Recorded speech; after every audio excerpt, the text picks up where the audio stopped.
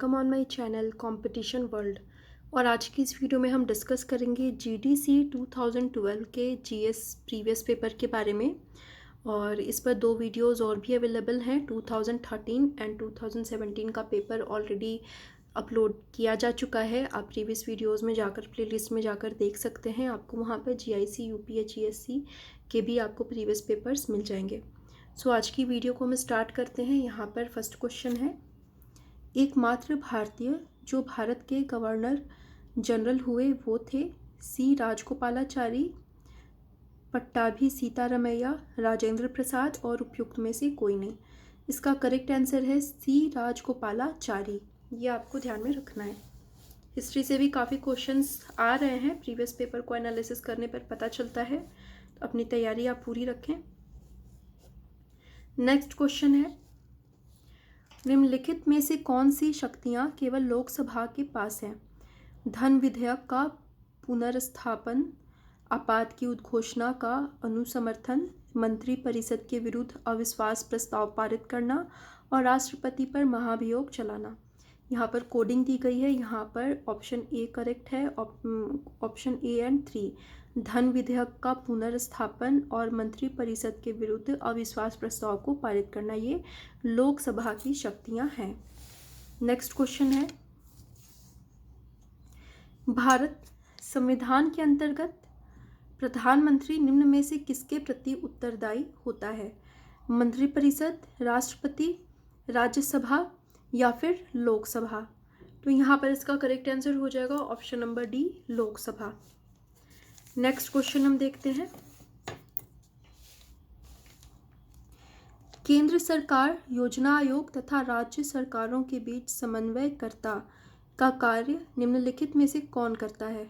राष्ट्रीय एकीकरण परिषद, वित्त आयोग, राष्ट्रीय विकास परिषद और उपयुक्त में से कोई नहीं। तो यहाँ पर इसका करेक्ट आंसर हो जाएगा ऑप्शन नंबर सी, राष्ट्रीय विकास परिषद। और इसके बारे में हम यहाँ पर थोड़ा सा डिटेल कर लेते हैं। केंद्र सरकार योजना आयोग तथा राज्य सरकारों के बीच समन्वयकर्ता का कार्य राष्ट्रीय विकास परिषद करता है। इसकी स्थापना 6 अगस्त 1952 को योजना आयोग के सहायक के रूप में की गई थी और वर्तमान में 2015 से इसको समाप्त कर दिया गया है और इसके स्थान पर नीति आयोग की स्थापना की गई है। तो ये सारे पॉइंट्स भी आपको ध्यान में रखने चाहिए। और आगे है, नेक्स्ट क्वेश्चन है, भारत के उपराष्ट्रपति का निर्वाचन होता है केवल लोकसभा के सदस्यों के द्वारा, केवल राज्यसभा के सदस्यों के द्वारा, लोकसभा, राज्यसभा और विधानसभाओं के सदस्यों के द्वारा, और लोकसभा, राज्यसभा, विधानसभा और विधान परिषद के सदस्यों के द्वारा? तो यहाँ पर इसका करेक्ट आंसर हो जाएगा ऑप्शन नंबर ए, 1 एंड 2, केवल लोकसभा के सदस्यों द्वारा और राज्यसभा के सदस्यों के द्वारा। नेक्स्ट क्वेश्चन देख लेते हैं, भारत में मुद्रास्फीति के आकलन का सबसे प्रचलित मापदंड है मूल्य सूचकांक, थोक सूचकांक, उपभोक्ता मूल्य सूचकांक और औद्योगिक वस्तुओं का मूल्य सूचकांक। तो यहाँ पर इसका करेक्ट आंसर हो जाएगा ऑप्शन नंबर बी, थोक मूल्य सूचकांक। और इसको थोड़ा देख लेते हैं, इसको डिफाइन कर लेते हैं। भारत में मुद्रास्फीति के आकलन का सबसे प्रचलित मापदंड थोक मूल्य सूचकांक है। थोक मूल्य सूचकांक एक मूल्य सूचकांक है जो कुछ चुनी गई वस्तुओं के सामूहिक औसत मूल्य का प्रतिनिधित्व करता है। नेक्स्ट क्वेश्चन देख लेते हैं। यहाँ पर मैच कराने वाला क्वेश्चन है, ग्रुप लिस्ट ए को लिस्ट बी से मैच कराना है। राज्य और जनसंख्या घनत्व, बिहार, पश्चिम बंगाल, केरल एंड उत्तर प्रदेश। तो यहाँ पर हम देख लेते हैं, इसका करेक्ट आंसर है ये बिहार का 1106, Paschim Bengal 1028, Kerala 860 and Uttar Pradesh 829। Next question है, अल नीनो धारा निम्न में से किस महासागरीय तट के किनारे प्रवाहित होती है? दक्षिण अमेरिका का पूर्वी तट, दक्षिण अमेरिका का पश्चिमी तट, दक्षिणी अमेरिका का पश्चिमी तट और उत्तरी अमेरिका का पश्चिमी तट। यहाँ पर उत्तरी अमेरिका होना चाहिए और यहाँ पर इसका करेक्ट आंसर होगा ऑप्शन नंबर बी, दक्षिण अमेरिका का पश्चिमी तट। ये रिपीटेड क्वेश्चन है, ये आगे के एग्ज़ाम में आ चुका है। और नेक्स्ट क्वेश्चन हम देखते हैं। निम्नलिखित में से किस राज्य में स्थानांतरित कृषि प्रचलित है? उत्तर प्रदेश, बिहार, गुजरात और नागालैंड। तो यहाँ पर इसका करेक्ट आंसर हो जाएगा ऑप्शन नंबर डी, नागालैंड। इसके बारे में थोड़ा सा डिटेल कर लेते हैं। नागालैंड सहित उत्तर पूर्वी भारत में ज़्यादातर स्थानांतरित कृषि की जाती है और जिसे उस क्षेत्र में झूम कृषि कहा जाता है। झूम कृषि एक कृषि प्रणाली है जिसमें वनों को साफ करके भूमि प्राप्त की जाती है तथा उन पर फसल उगाई जाती है। तत्पश्चात भूमि को छोड़ दिया जाता है। यह पर्यावरणीय रूप से अनुचित मानी जाती है। झूम खेती बिल्कुल भी ये सही नहीं मानी जाती है, क्योंकि यहाँ पर पेड़ भी काट दिए जाते हैं और उसके बाद वहाँ पर खेती करके उस ज़मीन को खाली छोड़ दिया जाता है। फिर दूसरे जगह पर पेड़ की कटाई करके वहाँ पर फिर खेती करी जाती है, इसलिए इसको पर्यावरण के लिए सही नहीं माना जाता है। नेक्स्ट क्वेश्चन है, भारत में कौन सा राज्य मैग्नीज का सर्वाधिक उत्पादन करता है? महाराष्ट्र, मध्य प्रदेश, कर्नाटक और उड़ीसा। यहाँ पर इसका करेक्ट आंसर हो जाएगा option number B, Madhya Pradesh. इसको थोड़ा डिटेल कर लेते हैं। मैग्नीज एक रासायनिक तत्व है। प्रकृति में यह शुद्ध रूप से नहीं मिलता है बल्कि अन्य तत्वों के साथ बने यौगिकों में मिलता है। भारत में मध्य प्रदेश राज्य मैग्नीज का सर्वाधिक उत्पादन करता है और ऑक्सीजन के साथ मिलने पर इसे परमैंगनेट भी कहा जाता है। नेक्स्ट क्वेश्चन देख लेते हैं।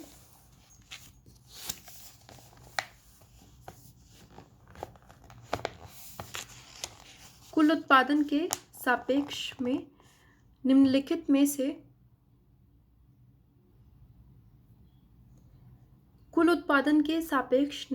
से किस फसल का अंतर्राष्ट्रीय व्यापार कम है?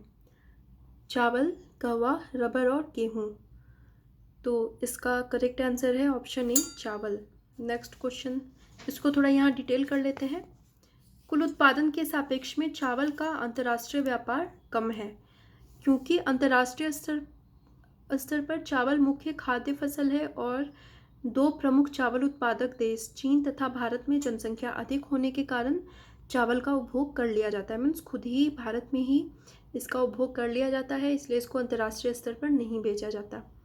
तो ये भी रिपीटेड क्वेश्चन है, ये भी क्वेश्चन आ चुका है, इसलिए आप प्रीवियस किसी भी एग्ज़ाम की तैयारी करें तो मैं बार बार कहती हूँ कि प्रीवियस पेपर की तैयारी आप ज़रूर करें। नेक्स्ट क्वेश्चन है, एक दुकानदार को किसी वस्तु को 180 में बेचने पर 175 में बेचने की तुलना में यदि 4% अधिक लाभ होता है तो उस वस्तु की लागत क्या है? 120, 125, 140 एंड 145। तो यहाँ पर इसका करेक्ट आंसर इस प्रकार है 125। इसका कैलकुलेशन आप यहाँ देख सकते हैं। और आगे हम देखते हैं, नेक्स्ट क्वेश्चन भी मैथ पर ही बेस्ड है। किसी गांव की जनसंख्या 20% प्रति वर्ष की दर से बढ़ती जा रही है। यदि इसकी जनसंख्या 2 वर्ष पहले 10,000 थी तो इस समय इसकी जनसंख्या क्या है? यहाँ पर इसका भी कैलकुलेशन दिया हुआ है। करेक्ट आंसर हो जाएगा 6400। वीडियो को पॉज करके आप यहाँ पर देख सकते हैं। यहाँ पर नेक्स्ट क्वेश्चन है, 49 की राशि को 150 बच्चों में बांट दिया गया। 49 रुपये को 150 बच्चों में बांटा गया। प्रत्येक लड़की को 50 पैसे तथा प्रत्येक लड़के को 25 पैसे मिले तो लड़कों की संख्या क्या है? ये भी रिपीटेड क्वेश्चन है और आई थिंक ये क्वेश्चन नेट के एग्ज़ाम में आ चुका है। ये नेट के एग्ज़ाम में फर्स्ट पेपर में ये क्वेश्चन आया हुआ है और इसका करेक्ट आंसर है 104, ऑप्शन सी। इसके कैलकुलेशन पार्ट को आप देख सकते हैं वीडियो को पॉज करके। और हम आगे बढ़ते हैं। दी गई श्रेणी में x का मान ज्ञात कीजिए। 1, 4, 10, x और 46। यहाँ पर ये रीजनिंग का क्वेश्चन है और इसका आंसर हमें निकालना है 22, 19, 24 और उपयुक्त में से कोई नहीं। तो यहाँ पर इसका करेक्ट आंसर हो जाएगा ऑप्शन ए, 22। इसको आप देख सकते हैं, कैलकुलेशन इसका देख सकते हैं। नेक्स्ट क्वेश्चन है, एक व्यक्ति ने पहले महीने में अपने कुल धन का 25% व्यय किया दूसरे माह में केवल 50 और तीसरे माह में शेष का 10% व्यय किया। 3 माह के पश्चात उसके पास रुपये 1575 शेष बचे, तो उसके पास कितनी धनराशि थी? 2560, 2520, 2450 और 2400। यहाँ पर इसका करेक्ट आंसर हो जाएगा ऑप्शन नंबर डी। यहाँ पर इसके कैलकुलेशन पार्ट को देख सकते हैं आप वीडियो को पॉज करके। और नेक्स्ट क्वेश्चन की तरफ बढ़ते हैं। प्रकाश संश्लेषण की क्रिया है ऊर्जा संरक्षण की, ऊर्जा उपभोग की, ऊर्जा संचारण की और ऊर्जा मुक्ति की। ये बिल्कुल हम बचपन से पढ़ते आए हैं। प्रकाश संश्लेषण ऊर्जा उपभोग की क्रिया है जो कि पेड़ पौधों के द्वारा उपयोग करी जाती है। नेक्स्ट क्वेश्चन है, मानव शरीर में रुधिर का शुद्धिकरण होता है हृदय में, गुर्दा में, यकृत में और फेफड़े में। यहाँ पर इसका कोई भी करेक्ट आंसर नहीं कहा गया है, इसलिए इस क्वेश्चन को कैंसिल कर दिया गया है। नेक्स्ट क्वेश्चन है, निम्नलिखित में से कौन सा विटामिन मानव शरीर में कैल्शियम तथा फास्फोरस उपापचय की प्रमुख भूमिका निभाता है? Vitamin C, vitamin D, vitamin B6 and vitamin E. यहाँ पर इसका करेक्ट आंसर होगा विटामिन सी। नो, इसका करेक्ट आंसर होगा विटामिन डी। और यहाँ पर इसको देख लेते हैं। विटामिन डी मानव शरीर में कैल्शियम और फास्फोरस उपापचय की प्रमुख भूमिका निभाता है। विटामिन डी आंत में कैल्शियम के अवशोषण को बढ़ाता है और सामान्य अस्थि खनिजीकरण को सक्षम करने के लिए पर्याप्त कैल्शियम और फास्फेट की सांद्रता को बनाए रखता है। तो यहाँ पर विटामिन डी इसका करेक्ट आंसर होगा। सूर्य से भी हमें विटामिन डी मिलता है। और हड्डियों के लिए, हड्डियों को मजबूत बनाने के लिए, दांतों के लिए कैल्शियम बहुत ही ज़्यादा जरूरी होता है। नेक्स्ट क्वेश्चन है, जब वृक्क कार्य करना बंद कर देता है तो शरीर में वसा का संचय होता है, शरीर में प्रोटीन का संचय होता है, रक्त में शर्करा का संचय होता है और लास्ट है रक्त में नेत्र जनित अपशिष्ट पदार्थ का संचय होता है। यहाँ पर इसका करेक्ट आंसर हो जाएगा ऑप्शन नंबर डी। और जब वृक्क कार्य करना बंद कर देता है तो रक्त में नेत्र जनित अपशिष्ट पदार्थ का चयन होता है। और वृक्क के दो भाग होते हैं, बाहरी भाग को कॉर्टेक्स और भीतरी भाग को मेडुला कहा जाता है।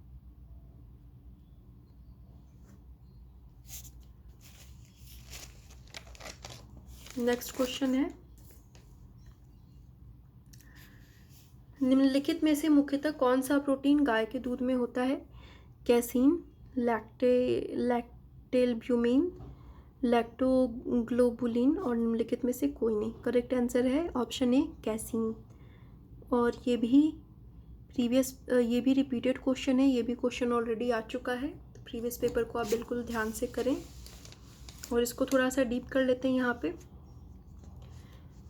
गाय के दूध में कैसीन प्रोटीन पाया जाता है। कैसीन गाय के दूध में 80% तथा मानव दूध में 20 से 45% तक होता है। और यह प्रोटीन आमतौर पर स्तनधारियों में ही पाया जाता है।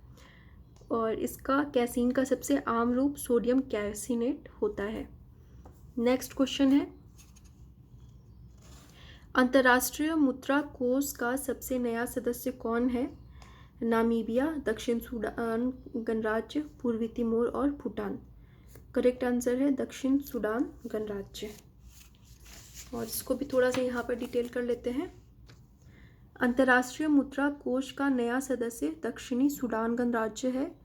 अंतर्राष्ट्रीय मुद्रा कोष एक अंतर्राष्ट्रीय वित्तीय संस्था है जिसका मुख्यालय वाशिंगटन DC में है।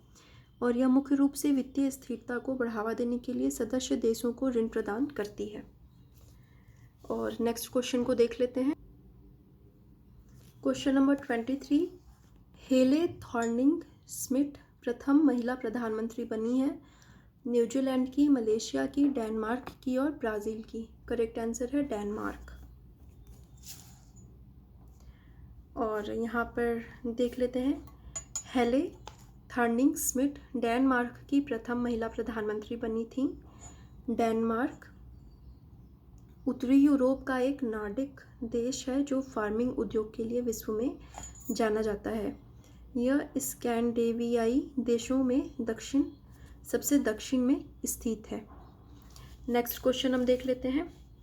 निम्नलिखित में से कौन से राज्य में ऐसा कानून बनाया गया है जिससे नौकरशाही की बेहिसाब परिसंपत्ति को जब्त किया जा सकेगा? महाराष्ट्र, राजस्थान, तमिलनाडु और पश्चिम बंगाल। यहाँ पर इसका करेक्ट आंसर है ऑप्शन सी, राजस्थान। ये भ्रष्टाचार को रोकने के लिए इसको बनाया गया है। नेक्स्ट क्वेश्चन है, महात्मा गांधी अंतर्राष्ट्रीय शांति एवं सद्भावना पुरस्कार 2021 दिया गया आंग सान सू को, बिल क्लिंटन को, दलाई लामा को और शेख हसीना वाजिद को। यहाँ पर इसका करेक्ट आंसर है दलाई लामा को। ये पेपर क्योंकि उसी समय का है इसलिए उस समय के करंट अफेयर्स पर भी क्वेश्चंस होंगे। आप इस समय तैयारी कर रहे हैं तो इस समय के करंट अफेयर लगभग 1 साल पहले तक से अभी तक के करंट अफेयर को बिल्कुल ध्यान में रखें। नेक्स्ट क्वेश्चन है, निम्न में से कौन जनवरी 2012 में भारत के शतरंज के 26वें ग्रैंड मास्टर बने? मुसुनुरी ललित बाबू, रामाराम लक्ष्मण, रमेश और SP सेतुरमन। यहाँ पर इसका करेक्ट आंसर हो जाएगा option A, Musunuru Lalit Babu. Next question हम देखते हैं, निम्नलिखित में से किसने कालिदास के नाटक अभिज्ञान शकुंतलम का सर्वप्रथम एक यूरोपीय भाषा में अनुवाद किया था? Charles Wilkinson, Henry Colebrooke, Johannes Wolfgang Goethe और विलियम जोन्स। इसका करेक्ट आंसर हो जाएगा ऑप्शन डी, विलियम जोन्स। इनके बारे में थोड़ा डिटेल कर लेते हैं। कालिदास के नाटक अभिज्ञान शकुंतलम का सर्वप्रथम एक यूरोपीय भाषा में अनुवाद विलियम जोन्स ने किया। भगवद गीता का अंग्रेजी अनुवाद चार्ल्स विल्किंसन ने किया था और जोन्स ने 1784 में एशियाटिक सोसाइटी ऑफ बंगाल की स्थापना की थी। नेक्स्ट क्वेश्चन है, तंजौर के बृहदीश्वर मंदिर का निर्माण किसने किया था? नरसिंहवर्मन II ने, राजा राम ने, राजेंद्र ने और कुलोत्तुंग ने। करेक्ट आंसर है ऑप्शन बी, राजा राम ने।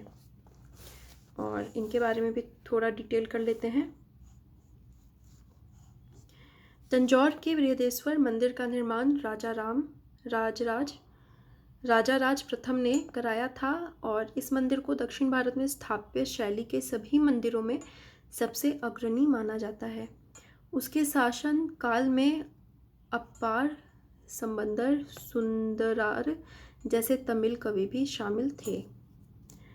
और यहाँ पर नेक्स्ट क्वेश्चन है, निम्नलिखित में से कौन प्रसिद्ध जहांगीरी चित्रकार था? मीर सैयद अली, अब्दुल समद, दसवंत और अबुल हसन। यहाँ पर करेक्ट आंसर है अबुल हसन। जहांगीर के समय में सबसे अच्छा चित्रकार था, मतलब जहांगीर के समय का वो चित्रकार था। यहाँ पर अबुल हसन जहांगीर काल का प्रसिद्ध चित्रकार था और अबुल हसन की महत्वपूर्ण पेंटिंग प्लेन ट्री, पशु मुद्रा और आंदोलन का एक उत्कृष्ट चित्रण है और इसकी महारत लघु चित्रण में भी थी। यहाँ पर नेक्स्ट क्वेश्चन मैच कराने का क्वेश्चन है। लिस्ट ए को लिस्ट बी से मैच कराना है। Doctor M.A. Ansari, doctor M.A.